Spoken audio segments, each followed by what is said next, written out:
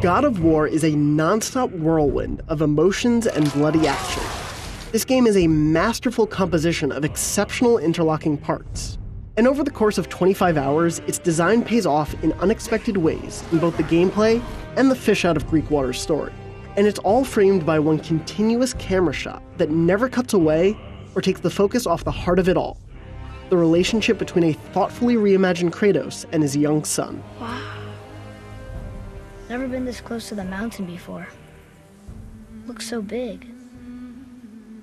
The dichotomy between Kratos and Atreus plays out in stirring and very human moments throughout the story, as the pair mourns the loss of their wife and mother and sets out on a quest to fulfill her final wishes.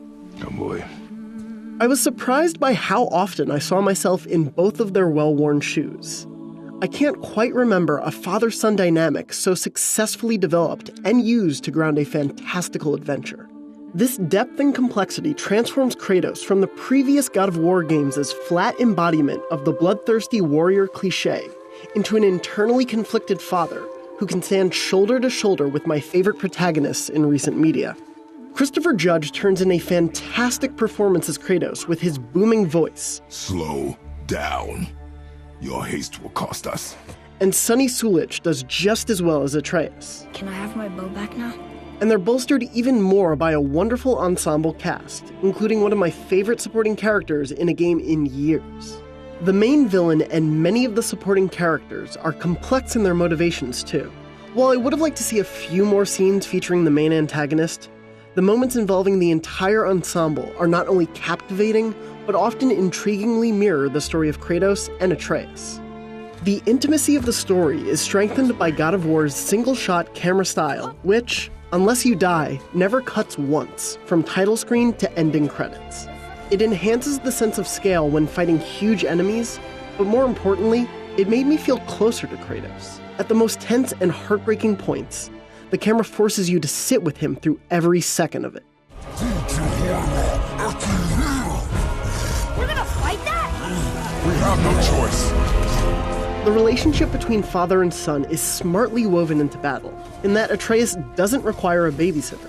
Instead, he's a nearly invulnerable ally who fires arrows at your enemies on command and can be upgraded to do even more. Should I fire? And fear not, there are thrilling battles aplenty that carry forward the blood-soaked traditions of the series. Kratos' signature weapon this time out is the Leviathan Axe, which is one of the best weapons I've used in any recent game. Its best trick is that it acts just like Thor's hammer Mjolnir, as depicted in the Marvel movies. Thanks to a great sound and subtle vibration, the feel of throwing and recalling the Leviathan just so damn satisfying, even hundreds of throws later. From the very beginning, finding the right combination of slicing, throwing, assistance from Atreus, and parrying with the retractable shield makes battles a bloody ballet of timing. But a variety of unlockable special attacks and upgradable armor for both Kratos and Atreus lets you customize your fighting style and execute some flashy moves. Late and post-game scenarios also required me to switch things up thanks to a variety of enemies. The bigger enemies put up a great fight, but some of the best battles come from human-sized foes who also offer a worthy challenge.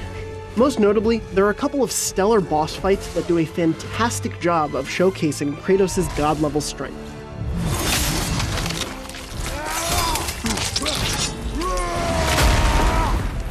God of War's open but contained nature shepherds you through certain locations with its quest chain, but the world unfolds through smart integration with the story.